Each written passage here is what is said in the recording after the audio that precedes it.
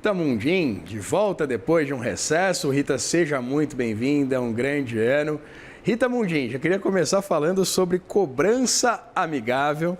Uma cobrança amigável. Olha, eu estava aqui rindo, falei, ô gente, cobrança amigável, essa é boa, cobrança, né? A gente toma um cafezinho, a gente vai te cobrar, mas a gente toma um cafezinho junto, entendeu? Tá tudo certo.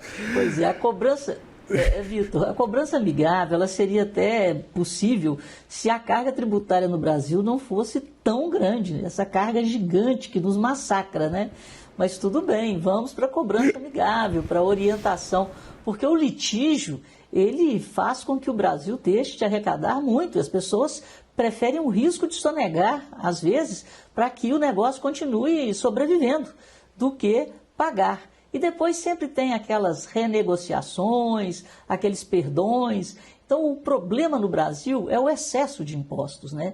E a gente viu aí, nessa arrecadação, a principal causa do aumento da arrecadação foi o aumento aí na cobrança do IOF.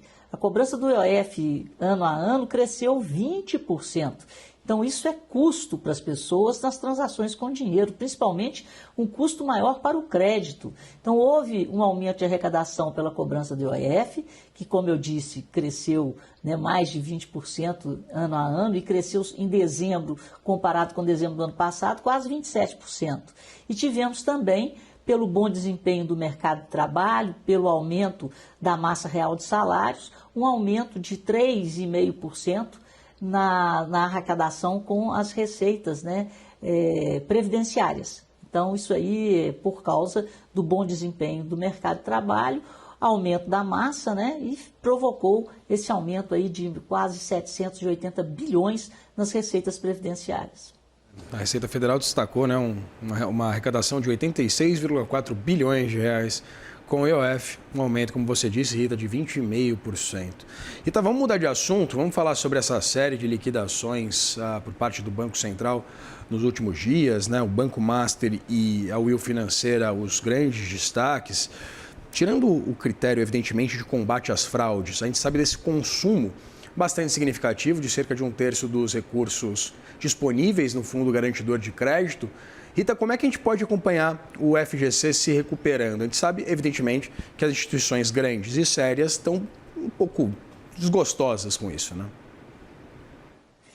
Com certeza, mas o pessoal comeu mosca, né, Vitor? Porque foi montado, todo mundo sabe que não tem almoço grátis. E quando o Banco Master entrou usando como garantia, né, o Fundo Garantidor de Crédito dentro das regras do jogo e captando o dinheiro do pequeno investidor aí em cima dessa garantia, grandes bancos, eles vendiam, colocavam na prateleira deles os títulos do Banco Master e vendiam e ganhavam comissão. Aí quando chegou em maio do ano passado, eles começaram a ver que um banco muito pequeno estava aí garantindo cerca de 1/3 daquilo que estava lá dentro do Fundo Garantidor de Crédito. E se a gente somar agora os cerca de 6,3 bilhões, nós vamos para mais de 1/3. E qual que é a estratégia agora? Os bancos estão querendo negociar a colocação antecipada de 5 anos, né, de contribuição para o Fundo Garantidor de Crédito para recompor o saldo. Então, faria-se uma antecipação. Mas, agora, né, depois que o problema acontece, aí as precauções passam a ser tomadas. Então, eles estão pensando em duas coisas. Na proporcionalidade, ou seja, quanto que eu contribuo proporcionalmente para a composição desse fundo. Então, os títulos que eu emito serão garantidos na proporcionalidade daquilo que eu estou garantindo. Ou então, cria-se, como existe, por exemplo, na B3, garantias. Então, você deposita títulos públicos para garantir as operações que estão sendo bancadas pelo Fundo Garantidor de Crédito. É como se o Fundo Garantidor de Crédito passasse a operar com garantias de quem está lá dentro. Então, isso aí faz sentido. O que aconteceu é que o Daniel Vorcaro enxergou essa possibilidade e usou de forma deliberada, né? Como uma propaganda, o Fundo Garantidor de Crédito, para tomar recursos do pequeno investidor e fez uma massa enorme de recursos mal aplicados em operações duvidosas, de alto risco, para poder pagar a taxa também que ele estava pagando acima do mercado. Agora, a gente assusta, como que os bancões não perceberam isso, mas sim, num primeiro momento, eles ajudavam a dar liquidez para esses títulos de emissão do Banco Master através das suas redes. Então, foi uma coisa assim, assustadora, né? E pegou todo mundo aí de surpresa, e agora vamos tomar precauções, e a melhor precaução são garantias e proporcionalidade. Acho que esse modelo deve funcionar de uma forma bem mais adequada. A partir dessa ratificação, Rita, da autonomia do Banco Central e dessa prerrogativa da autoridade monetária de promover uma limpeza dos players que não seguem as regras do jogo, a gente pode ver algum tipo de amadurecimento, Rita, do sistema financeiro nacional a partir desse caso envolvendo o Banco Master e todos esses tentáculos da instituição financeira? A dor, né, ela sempre faz com que a gente amadureça, né? A gente aprender pela dor, infelizmente, é um aprendizado que vem, mas fica, né? O que a gente está vendo aí são várias falhas. Inclusive está essa discussão aí dos fundos, né? Porque os fundos participaram de forma bem ativa nessa corrente, nessa montagem que o Master fez. E quando a gente viu a liquidação do Will Bank ontem, pode-se entender também que havia, de uma forma deliberada, uma colocação de dinheiro do próprio Vorcaro no BRB, para que esse próprio BRB comprasse as suas carteiras. Então ele punha dinheiro no BRB para alavancar o BRB. Dizem que na capitalização do BRB em 2024 havia-se uma desconfiança de que ele estaria participando dessa capitalização, mas não se identificou. Mas quando o Mastercard não recebeu o pagamento e executou as garantias do Will Bank, ele ficou com quase 7% do capital do BRB. Ou seja, de quem eram essas ações do BRB? Era do conglomerado do Vorcaro. Então, as coisas estão vindo à tona e a gente está vendo falhas nos processos de identificação dessas negociações entre entes do mercado financeiro. Aí eu estou dizendo entre os bancos, entre os fundos, né, e as tesourarias. Então, isso aí é que eu acho que vai ter que ser olhado com lupa para que processos sejam aprimorados na vigilância, né, das carteiras desses fundos, das operações desses fundos, e vendo aí como que... E hoje, com tecnologia, dá para cruzar tudo, né? Então, quer dizer, nós estamos fazendo esse cruzamento depois do problema. Então, esse cruzamento teria que ter sido feito antes do problema. Então, fica claro aí que essas operações entre BRB, Master, já existiam, entre esses fundos, REAG. Então, as coisas vão, né, tomando corpo e sendo identificadas, né, passando um dinheiro daqui para lá, de lá para cá, para tentar burlar, né, essa vigilância do próprio Banco Central e da CVM.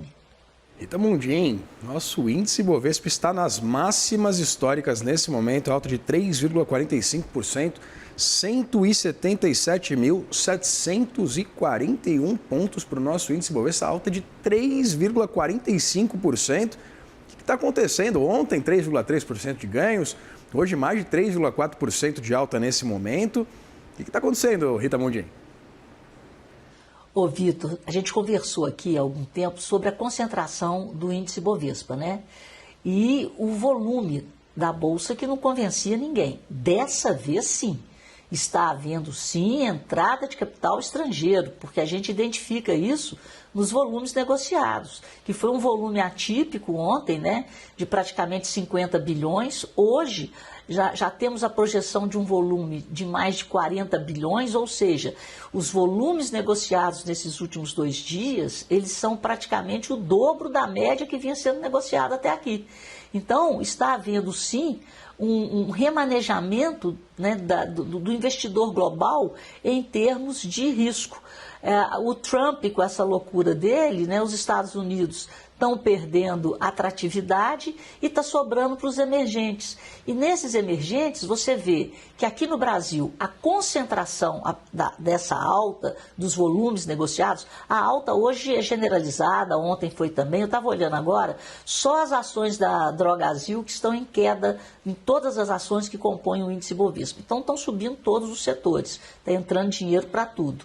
Mas grande parte desse dinheiro está indo para Petro, Vale, né, duas produtoras e exportadoras de commodities, e os bancos, que têm balanços maravilhosos na terra dos juros altos. Então, há uma concentração desse investimento entrando em cima das blue chips, que são as ações de maior liquidez, que são negociadas nas bolsas lá fora, mas realmente agora faz sentido. Porque, por exemplo, nós tivemos na terça-feira a bolsa subindo, mas o dólar subindo e os juros subindo. Agora não, a lógica voltou. É fluxo entrando, volume da bolsa em alta, alta significativa e uma alta com substância, né, com dinheiro. Porque para você garantir uma alta, você precisa de dinheiro. Porque se o dinheiro diminui ou para de entrar, os preços param de subir. Então, nós estamos vendo um processo robusto de alta com entrada de fluxo estrangeiro, queda no dólar, queda nos juros e uma alta generalizada ao invés de uma alta manipulada e concentrada naqueles papéis que são os principais responsáveis pelo desempenho do Ibovespa. Eles estão recebendo o maior fluxo de recursos por causa da liquidez e dos setores onde eles estão. Mas, enfim, é uma alta consistente, nós temos aí 4 pregões consecutivos em alta, mas a notícia boa é o volume. Vou falar uma frase aqui para você que está me ouvindo, fique com essa frase na cabeça. Em qualquer mercado, volume precede preço. Se nós temos um mercado parado ou em queda e o volume começa a aumentar, é porque esse mercado vai virar e vai subir. Se nós temos um mercado em alta e esse volume para de subir, o mercado perdeu força e ele começa a cair, porque para manter uma alta é necessário um fluxo cada vez maior de dinheiro todos os dias. Repetindo, volume precede preço. Rita, esse volume, ele está sendo atraído para o Brasil de forma especulativa ou exatamente por essa concentração da Bolsa Brasileira, termos as blue chips, essas empresas consolidadíssimas que representam um peso bastante significativo no nosso índice? A gente pode tratar como também investidores acreditando na tese dessas empresas, que seria capital exatamente premente, capital permanente, ou seria capital especulativo? A princípio, eu acho que está havendo muita especulação pelo nível de incerteza que o mundo está passando. O Brasil está descontado, né? O Brasil está descontado ainda, principalmente se você pega o desempenho em dólar. Então, nós estamos com uma alta aí de 8% esse ano, mas e o fluxo de capital, ele está procurando alternativas aos Estados Unidos. Então, os países emergentes estão sendo beneficiados. Então você vê, né, essa realidade que a gente não via antes é do comportamento do dólar, né? O dólar está caindo, ou seja, está realmente entrando dinheiro na Bolsa Brasileira, no mercado brasileiro para comprar Brasil.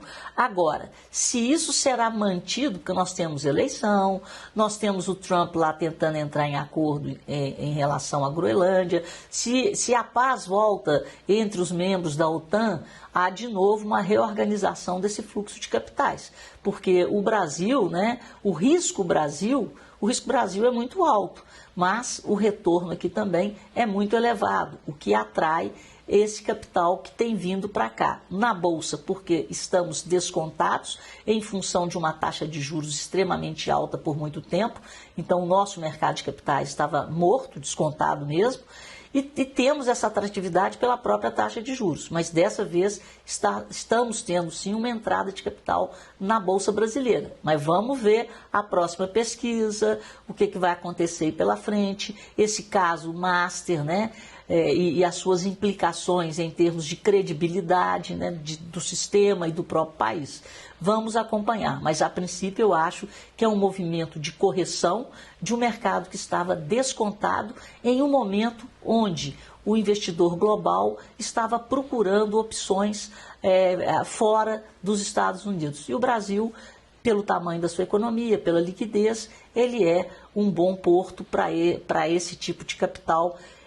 Acho que nesse momento mais especulativo. Não só um bom destino, né, Rita, como somos também um povo muito amigável. Não é isso?